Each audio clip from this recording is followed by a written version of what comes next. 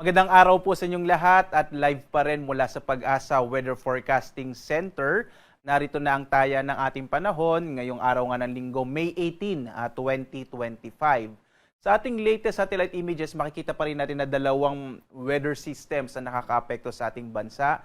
Una nga itong ITCZ or Intertropical Convergence Zone. Makikita niyo yung mga kaulapan partikular na sa may bahagi nga ng Mindanao at nakakaapekto na hanggang sa Palawan at gayon din sa Eastern Visayas. Itong ITCZ ang inaasahan natin magdadala ng maulap na kalangitan na may mga pag-ulan, kalat-kalat na mga pag-ulan, pagkinat, pagkulog, partikular na sa malaking bahagi ng Mindanao, lalong-lalo na yung sa may eastern section ng Mindanao at sa may Zamboanga Peninsula, gayon din sa Palawan at sa Eastern Visayas. Mag-ingat po, no? Dahil ilang araw na nga rin nag-uulan dito sa may bahagi ng Mindanao at posible yung mga flash floods and landslides dulot ng mga pag-ulan na ito.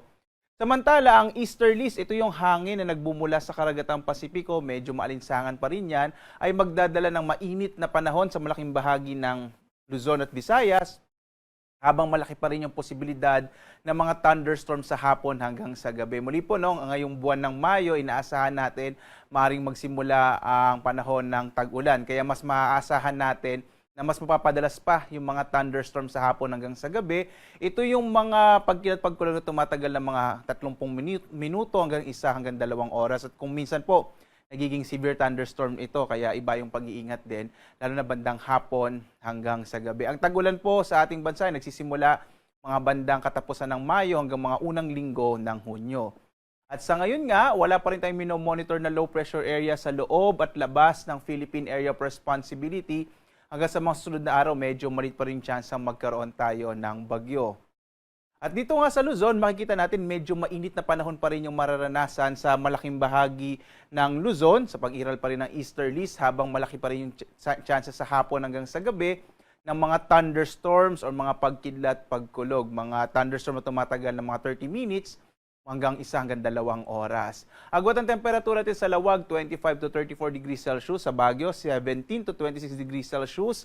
Sa Tuguegarao, nasa 25 to 34 degrees Celsius. Sa Metro Manila naman, 24 to 34 degrees Celsius. Sa Tagaytay, 24 to 31 degrees Celsius. Habang sa Legazpi, mula 25 to 33 degrees Celsius. Dito naman sa Palawan, Visayas at Mindanao, dulot nga ng ITCZ, inaasahan pa rin ng mas malaking chance ng mga pag-ulan sa bahagi ng Palawan. Agwat ang temperatura sa Calayan Islands, 26 to 33 degrees Celsius. Sa Puerto Princesa naman, 25 to 32 degrees Celsius.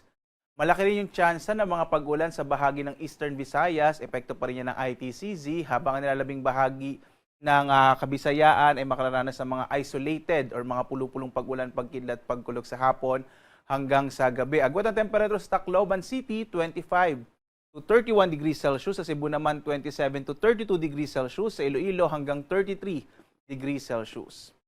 Samantala pa rin, malaking bahagi ng Mindanao ay makararanas ng mga kalat-kalat ng mga pag-ulan, pagkidlat, pagkulog na dulot nga ng ITCZ. So mas malaki yung tsansa ng maulap na kalangitan ang mararanasan sa bahagi ng Mindanao. Agwat ang temperatura sa Zamboanga, 25 to 32 degrees Celsius. Sa Cagayan de Oro naman, 25 to 32 degrees Celsius. Hanggang 31 degrees Celsius naman sa bahagi ng Davao.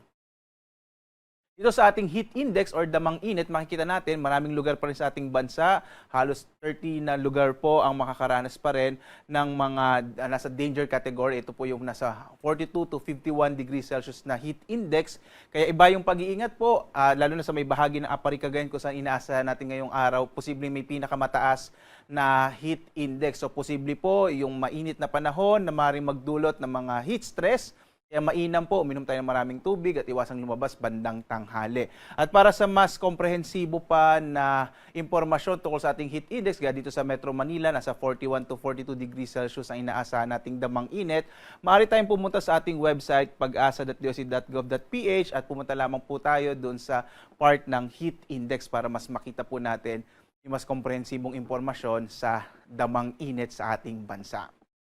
Sa lagay naman ng ating karagatan, wala tayong nakataas na gale warning sa anumang bahagi ng ating kapuluan. Ligtas pa rin pumalaot yung mga sakyang pandagat, maliliit na mga bangka sa mga baybayin ng ating bansa. Bagamat nagpapaalala po ang DOC Pag-asa sapagkat kapag may mga thunderstorms, kung minsan po biglang lumalakas yung alon ng karagatan. So iba yung pag-iingat pa rin po mga kababayan. At samantala, ang araw natin ay sisikat mamayang 5:28 na umaga at lulubog 6:18 ng gabi.